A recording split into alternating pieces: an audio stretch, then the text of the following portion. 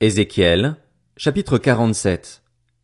Ensuite, l'homme m'a fait revenir vers la porte du temple. J'ai vu que de l'eau sortait sous le seuil du temple, à l'est, car la façade du temple était orientée à l'est. L'eau descendait sous le côté droit du temple, au sud de l'autel. Puis il m'a fait sortir par la porte nord et m'a fait faire le tour par dehors jusqu'à la porte extérieure qui est orientée à l'est. J'ai vu que l'eau coulait du côté droit. Lorsque l'homme s'est avancé vers l'est, il tenait un ruban à mesurer. Il a mesuré 500 mètres, puis il m'a fait traverser l'eau, j'en avais jusqu'aux chevilles. Il a mesuré encore 500 mètres et m'a fait traverser l'eau, j'en avais jusqu'aux genoux. Il a mesuré encore 500 mètres et m'a fait traverser, j'en avais jusqu'à la taille. Il a mesuré encore 500 mètres, c'était devenu un torrent que j'étais incapable de traverser, car l'eau était si profonde qu'il fallait y nager. C'était un torrent qu'on ne pouvait pas traverser.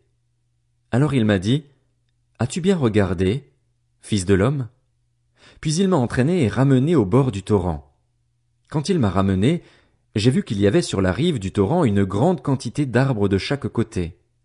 Alors il m'a dit, « Cette eau sort vers le district est. Elle descendra dans la plaine et se jettera dans la mer morte. Lorsqu'elle se sera déversée dans la mer, l'eau de la mer sera assainie. Tout être vivant qui grouille vivra partout où le torrent parviendra. Il y aura une grande quantité de poissons, car là où cette eau parviendra, tout sera assaini. Là où parviendra le torrent, il y aura profusion de vie.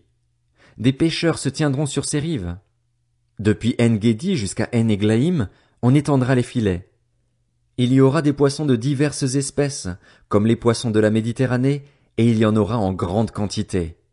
Ces marais et ces étangs ne seront pas assainis, ils seront exploités pour le sel.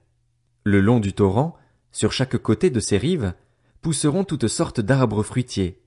Leur feuillage ne se flétrira pas et ils ne cesseront jamais de porter du fruit. Ils donneront du fruit tous les mois, parce que l'eau qui les arrose sort du sanctuaire. Leurs fruits serviront de nourriture, et leurs feuilles de remède. Voici ce que dit le Seigneur, l'Éternel.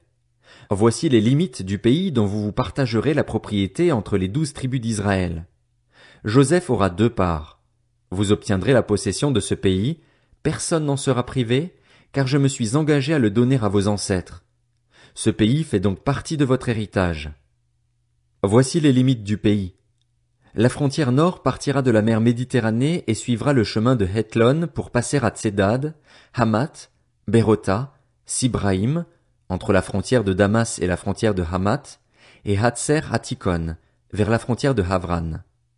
Ainsi la limite comprendra, en partant de la mer, Hatsarenon, la frontière de Damas, Tsaphon au nord et la frontière de Hamath. Ce sera le côté nord. Vous ferez passer la frontière est entre Havran, Damas, Galahad et le pays d'Israël. Le Jourdain servira de frontière jusqu'à la mer morte. Ce sera le côté est. Du côté du Negev, au sud, la frontière s'étendra de Tamar jusqu'aux eaux de Mériba à Kadès et le long du torrent jusqu'à la mer Méditerranée. Ce sera le côté sud, au Negev. La frontière ouest sera constituée par la mer Méditerranée, depuis la limite jusqu'en face de l'entrée de Hamath. Ce sera le côté ouest. Vous partagerez ce pays entre vous, d'après les tribus d'Israël. Vous le diviserez en parts d'héritage pour vous et pour les étrangers en séjour parmi vous, ceux qui ont eu des enfants parmi vous. Vous les traiterez comme des Israélites de naissance. C'est avec vous qu'ils diviseront les parts d'héritage au milieu des tribus d'Israël. Vous donnerez à l'étranger son héritage dans la tribu où il séjourne, déclare le Seigneur, l'Éternel. Ézéchiel, chapitre 48. Voici la liste des tribus. Sur le territoire qui part de l'extrémité nord, longe le chemin de Hethlon en direction de Hamath et Hatsarenon, et laisse la frontière de Damas au nord vers Hamath, d'est en ouest, il y aura une tribu, celle de Dan. Le long du territoire de Dan, d'est en ouest, il y aura une tribu, celle d'Azer. Le long du territoire d'Azer, d'est en ouest, il y aura une tribu, celle de Nephtali. Le long du territoire de Nephtali, d'est en ouest, il y aura une tribu, celle de Manassé. Le long du territoire de Manassé, d'est en ouest, il y aura une tribu, celle d'Éphraïm. Le long du territoire d'Éphraïm, d'est en ouest, il y aura une tribu, celle de Ruben.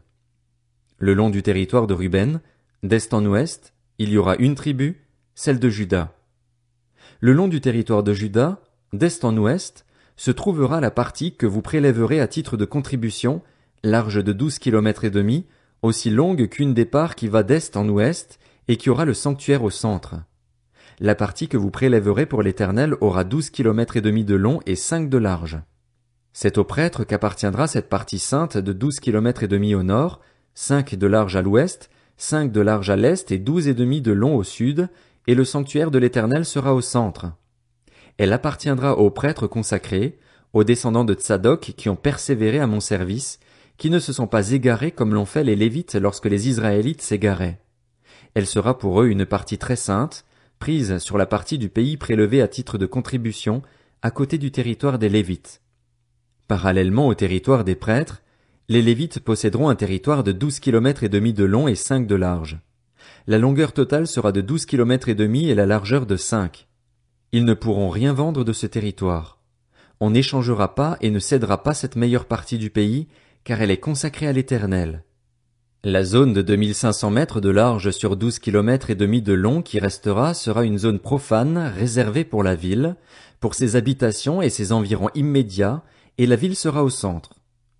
Voici ses dimensions. Du côté nord, elle fera 2250 mètres, du côté sud 2250 mètres, du côté est 2250 mètres et du côté ouest 2250 mètres. Les environs immédiats de la ville feront 125 mètres au nord, 125 mètres au sud, 125 mètres à l'est et 125 mètres à l'ouest. Ce qui restera de la longueur, parallèlement à la partie sainte, sera une zone de 5 kilomètres à l'est et de 5 kilomètres à l'ouest. Les produits de ces zones serviront de nourriture à ceux qui travailleront pour la ville. Leur sol sera cultivé par les membres de toutes les tribus d'Israël qui travailleront pour la ville. Au total, la partie prélevée à titre de contribution fera 12 kilomètres et demi de long sur 12 kilomètres et demi de large. Vous prélèverez un carré de cette partie sainte pour qu'il soit propriété de la ville. Ce qui restera sera pour le prince, des deux côtés de la partie sainte et de la propriété de la ville, le long des 12 kilomètres et demi de la partie sainte jusqu'aux frontières est et ouest du pays, parallèlement aux autres parts. Voilà ce qui appartiendra au prince. La partie sainte et le sanctuaire du temple seront au milieu. La propriété des Lévites et la propriété de la ville seront au milieu de ce qui appartiendra au prince. La part qui appartiendra au prince se situera entre la frontière de Juda et la frontière de Benjamin. Ensuite, il y aura les autres tribus. D'est en ouest, il y aura une tribu, celle de Benjamin. Le long du territoire de Benjamin, d'est en ouest, il y aura une tribu, celle de Siméon. Le long du territoire de Siméon, d'est en ouest, il y aura une tribu, celle d'Issachar. Le long du territoire d'Issachar, d'est en ouest, il y aura une tribu, celle de Zabulon. Le long du territoire de Zabulon, d'est en ouest, il y aura une tribu, celle de Gad. Le long du territoire de Gad, du côté du Néguev, au sud, la frontière s'étendra de Tamar jusqu'aux eaux de Mériba à Kadès, et le long du torrent jusqu'à la mer Méditerranée. Tel est le pays que vous attribuerez en héritage aux tribus d'Israël, et telles sont leurs portions, déclare le Seigneur, l'Éternel. Voici les issues de la ville. Son côté nord mesurera 2250 mètres. Les portes de la ville porteront les noms des tribus d'Israël. Il y aura 3 portes au nord, la porte de Ruben, la porte de Juda et la porte de Lévi. À l'est, il y aura 2250 mètres et 3 portes, la porte de Joseph, la porte de Benjamin et la porte de Dan. Au sud, il y aura 2250 mètres et 3 portes, la porte de Siméon, la porte d'Issachar et la porte de Zabulon. À l'ouest, il y aura 2250 mètres et leurs 3 portes, la porte de Gad, la porte d'Azer et la porte de Nephtali. Le pourtour de la ville fera 9 kilomètres et, dès ce jour, le nom de la ville sera « L'Éternel est ici ». Daniel, chapitre 1. La 3e année du règne de Joachim sur Juda, Nebuchadnezzar, le roi de Babylone, marcha contre Jérusalem et en fit le siège. Le Seigneur livra entre ses mains Joachim, le roi de Juda, et une partie des ustensiles de la maison de Dieu. Nebuchadnezzar emporta les ustensiles dans le pays de Shinéar, dans le temple de son Dieu. Il les mit dans la maison du trésor de son Dieu. Le roi donna l'ordre à Ashpénaz, le responsable de ses eunuques, de faire venir quelques Israélites de sang royal ou de famille noble. Ce devaient être de jeunes garçons sans défaut physique, beaux, doués de perspicacité et de sagesse, instruits et intelligents, capables de servir dans le palais du roi. On leur enseignerait la littérature et la langue des Babyloniens.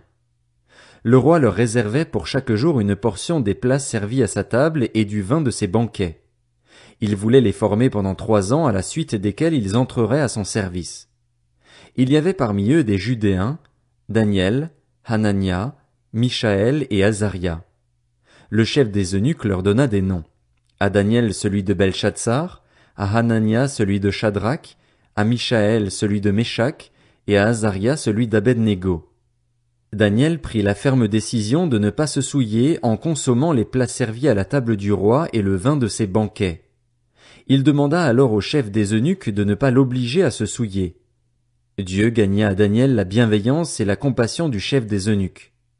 Ce dernier dit à Daniel, « Je redoute mon seigneur le roi. C'est lui qui a fixé ce que vous devez manger et boire. Pourquoi devrait-il vous voir arborer une moins bonne mine que les jeunes gens de votre âge? À cause de vous, je risquerais ma tête auprès du roi. » Daniel dit alors à l'intendant auquel le chef des eunuques avait confié la responsabilité de lui-même, Hanania, Mishaël et Azaria, « Fais donc un essai avec tes serviteurs pendant 10 jours, qu'on nous donne des légumes à manger et de l'eau à boire. On examinera ensuite devant toi notre apparence et celle des jeunes gens qui mangent les plats servis à la table du roi. Puis, agis avec nous, tes serviteurs, en fonction de ce que tu auras constaté. » Il leur accorda ce qu'ils demandaient et fit un essai avec eux pendant 10 jours. Au bout de 10 jours, ils avaient meilleure apparence et avaient pris plus de poids que tous les jeunes gens qui mangeaient les plats servis à la table du roi. L'intendant retirait donc les plats et le vin qui leur étaient destinés, et il leur donnait des légumes à la place. Dieu accorda à ces 4 jeunes gens de la connaissance et de la perspicacité dans tout ce qui concernait la littérature et la sagesse. De plus, Daniel était capable d'expliquer toutes les visions et tous les rêves. Au moment fixé par le roi pour qu'on les lui amène, le chef des eunuques les présenta à Nebuchadnezzar. Le roi discuta avec eux et, parmi tous ces jeunes gens, il n'en trouva aucun comme Daniel, Hanania, Mishaël et Azaria. Ils furent donc admis au service du roi. Sur tous les sujets qui réclamaient de la sagesse et de l'intelligence et sur lesquels il les interrogeait, le roi les trouvait 10 fois supérieurs à tous les magiciens et astrologues présents dans tout son royaume. Telle fut la situation de Daniel jusqu'à la première année de règne de Cyrus.